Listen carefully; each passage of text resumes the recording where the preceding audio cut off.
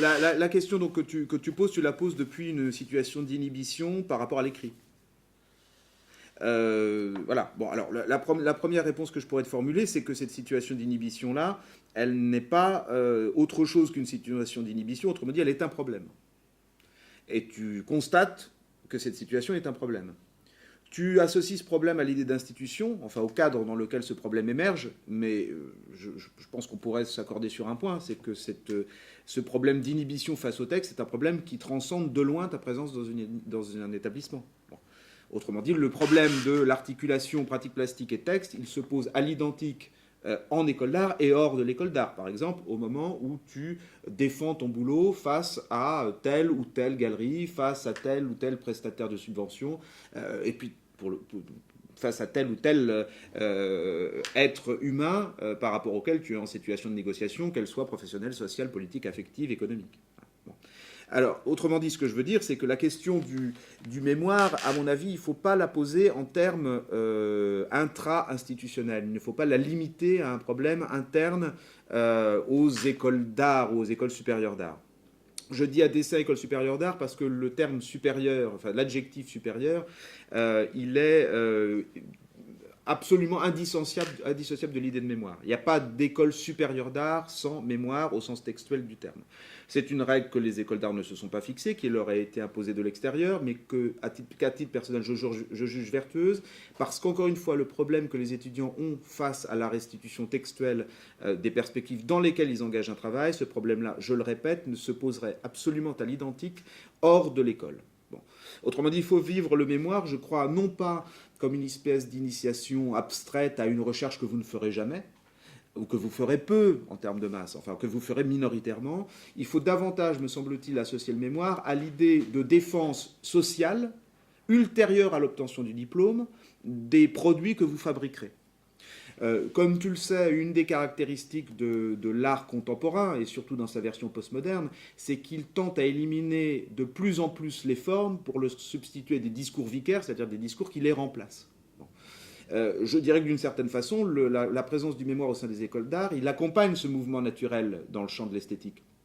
Autrement dit, j'imagine que vous n'êtes pas particulièrement surpris quand je dis que vous serez des artistes plus défendables lorsque vous aurez fait dans votre œuvre ou dans les formes, dans la somme d'œuvres de production qui émanent de vous, la part au texte.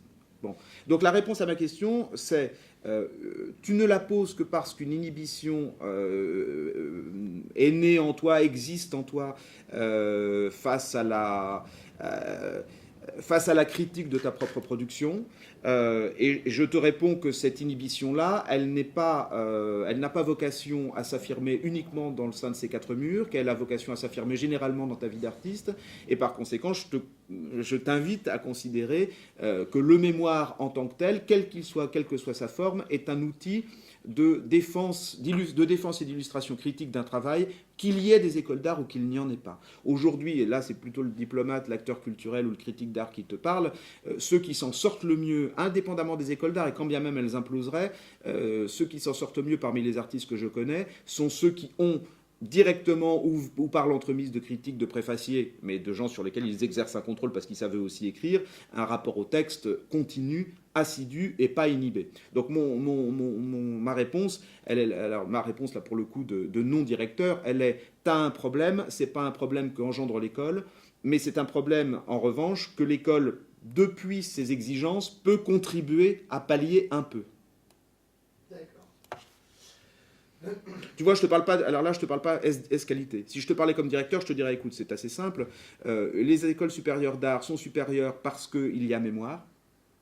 Nous avons collectivement décidé en France d'opter pour l'intégration des écoles d'art au panorama de l'enseignement supérieur. Ceci suppose un certain nombre d'exigences, parmi lesquelles le mémoire. Ce choix ayant été fait, on ne peut pas y revenir, sinon par des amodiations, des nuances, notamment par l'introduction d'une part de plus en plus grande au sein de mémoires des sciences textuelles de formes. Ceci étant à inventer. Mais il est incontestable que du point de vue institutionnel, le passage par un mémoire textuel est aujourd'hui inévitable si le choix des écoles d'art comme institution et celui de l'intégration au panorama de l'enseignement supérieur. La recherche en art dont tu parles, la recherche d'un artiste, personne au juste, je crois, ne sait au juste ce que c'est. Pourquoi on ne sait pas ce que c'est? Parce que l'idée de recherche et l'idée d'artiste, c'est consubstantiel, c'est-à-dire c'est pas détachable. Pour qu'on sache ce qu'est la recherche en art, il faudrait imaginer des artistes qui ne recherchent pas. Autrement dit, pour définir quoi que ce soit, il faut imaginer ce que ce quelque chose n'est pas. Bon, si tu imagines qu'il y a des artistes qui cherchent, ça veut dire qu'il y a des artistes qui ne cherchent pas, sinon tu ne sais pas ce que c'est que la recherche en art. Bon, c'est pas possible, un artiste et la recherche, c'est la même chose. Au Café du Commerce, on sait ça. On ne sait pas ce que c'est que la recherche en art, mais on sait, grosso modo, qu'un artiste, c'est quelqu'un qui cherche. Bon. Deuxième pilier conceptuel de nature synthétique, faux. Tu me dis la recherche à l'université. Mais quelle recherche à l'université ? La recherche produite par des étudiants en philosophie, celle produite par des étudiants en sociologie, celle produite par des campus universitaires en biologie moléculaire, celle produite par des étudiants en physique appliquée, en physique fondamentale, celle produite par des étudiants en mathématiques, celle produite par des étudiants de théâtre au sein des campus internationaux. Je ne sais pas ce que c'est que la recherche universitaire. Ce que je sais, c'est que l'université a une histoire qui a tendu dans certaines disciplines à définir progressivement des cahiers des charges permettant la recherche, à définir un degré qui, une fois atteint, autorise à être le père, PAIR, d'autres chercheurs. On a donc défini un horizon, on a défini des processus, et c'est le temps universitaire, c'est l'histoire des universités qui a fait de cela ce que nous appelons recherche universitaire. Ces grilles-là, stratifiées historiquement, elles se sont appliquées à peu près partout à l'université, en effet, mais selon des modalités qui sont d'une variété absolue et qui dépendent en réalité du degré de rapport au faire, du rapport à la production de forme des étudiants, grosso modo, et de ceux qui aspirent à devenir des pairs, c'est-à-dire à atteindre cet horizon défini par l'université. Les écoles d'art n'ont pas encore défini cela. Elles n'ont pas défini le process et la péri qui définissent relativement aux autres modalités, aux autres champs, aux autres lieux de recherche, ce que serait une recherche ad hoc, c'est-à-dire spécifique aux écoles d'art. Mais ce dont je suis absolument sûr, c'est qu'on n'arrivera pas à définir ce qu'est une recherche en art par opposition à ce qu'elle n'est pas, c'est-à-dire à définir des étudiants chercheurs en art par opposition à des étudiants qui ne seraient pas chercheurs en art, des enseignants chercheurs par rapport à des étudiants qui ne seraient pas chercheurs, voire des artistes chercheurs par rapport à des artistes qui ne seraient pas chercheurs, dans la simple confrontation paranoïaque à ce que nous appelons l'université sans savoir au juste ce que c'est. Ce qu'est en gros pour les écoles supérieures d'art l'université, c'est les départements de sciences humaines dont émanent très souvent, parce qu'ils en sont les mauvais élèves, les enseignants ou les directeurs qui opèrent dans les écoles d'art, ou bien les facultés d'art plastique qui sont nos concurrents directs en termes d'attractivité étudiante. Voilà ce que c'est pour nous l'université. Mais j'ai un problème avec ça, c'est que si en France l'université c'est loin d'être que ça, et c'est même aujourd'hui plus essentiellement ça, si on se projette à l'échelle internationale, qu'on adopte le point de vue de Sirius, comme on dit, c'est-à-dire qu'on se place de loin, on constate que la plupart des instituts d'art, des écoles supérieures d'art, sont dans les universités à l'étranger, et qu'elles n'éprouvent pas particulièrement la souffrance liée à une rupture épistémologique entre ce qu'elles font et ce que font le reste de leurs partenaires universitaires, qui tous expérimentent, vivent dans la culture du projet, se posent la question de savoir ce qu'est leur recherche, produisent des formes, car, pardon, mais une thèse de doctorat en philosophie, c'est une forme.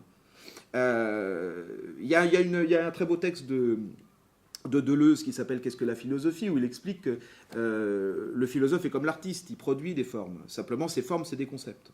Il n'y a pas de distinction. Bon.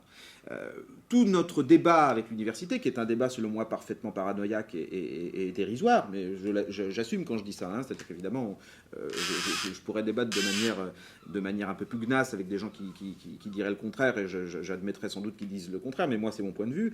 Toute la différence qui existe entre nous et l'université, c'est que nous créons une rupture épistémologique entre deux champs, depuis l'idée que les uns produisent du percept et les autres produisent du concept, ou bien que les uns produisent des formes, des objets, et que les autres produisent du jus de crâne.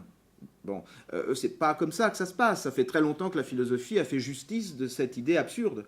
Un concept philosophique, c'est un produit. Quand vous analysez, par exemple, quand vous étudiez au sein de cet établissement, par exemple, Derrida, Foucault, Barthes, que sais-je, Deleuze, Guattari, j'en sais rien, moi, Debord, vous analysez, vous travaillez sur des gens qui n'ont rien fait de plus que des artistes au sens où ils ont tiré d'un background de la variété absolue des formes du monde, en l'occurrence des formes conceptuelles, ou des formes d'émergence politique, sociologique, éthique, etc., des objets qui sont certes des objets virtuels, puisqu'ils sont des idées, si vous voulez, mais qui sont néanmoins des objets. C'est-à-dire qu'ils ont, comme tous les objets, une existence autonome. À la fois, ils vous appartiennent parce qu'ils émanent de vous, ils sont des émergences, et en même temps, ils vous résistent. C'est-à-dire qu'ils sont manifestement auto-engendrant de leur autonomie. C'est ça un objet. Un objet, c'est quelque chose dont on sent à la fois que l'emprise est possible dessus, et en même temps, c'est quelque chose qui vous résiste comme une bouche muette. Bon, un concept, c'est ça. Hein, il a une liberté propre et en même temps une tendance à la domestication, à vous indiquer qu'une domestication possible, enfin qu'une domestication est possible. Hein. Voilà. Donc pour répondre à ta question de départ, je crois qu'il n'y a absolument aucune distinction ni entre un mémoire, entre ce qui vous est demandé ici et ce qui est demandé à l'université. Le problème est une validation historique existante à l'université, inexistence ici. Et pour parler de façon plus macro-éthique, si tu veux, ou macro-académique, il n'y a en tout état de cause, à mon avis, aucune solution de continuité, c'est-à-dire aucune rupture entre ce qu'on appelle de manière paranoïaque l'université dans les écoles d'art et ce qu'on fait ici. Au fond, si on s'accorde à penser que tout ça, c'est de la production de forme et qu'elle est plus ou moins validée par l'histoire, je crois qu'il s'agit en réalité d'un champ unique qui est celui de la fabrication de formes et dans le même temps de fabrication de la critique qui va avec. C'est-à-dire de la réflexion sur la forme depuis la forme. Qu'est-ce qu'on appelle la critique ? C'est la mise, en l'occurrence, c'est la mise en crise d'une forme par elle-même d'une certaine façon. Et on n'a rien inventé de mieux que la langue que le langage, que le texte, pour clarifier démocratiquement, socialement, le rapport critique qui s'instaure entre une forme et le rapport qui s'exerce entre une forme et sa propre critique. Une forme engendre la plupart du temps sa critique depuis une textualité. De la même façon que le monde, en général, engendre sa textualité, son sens, sa critique, donc, depuis la langue.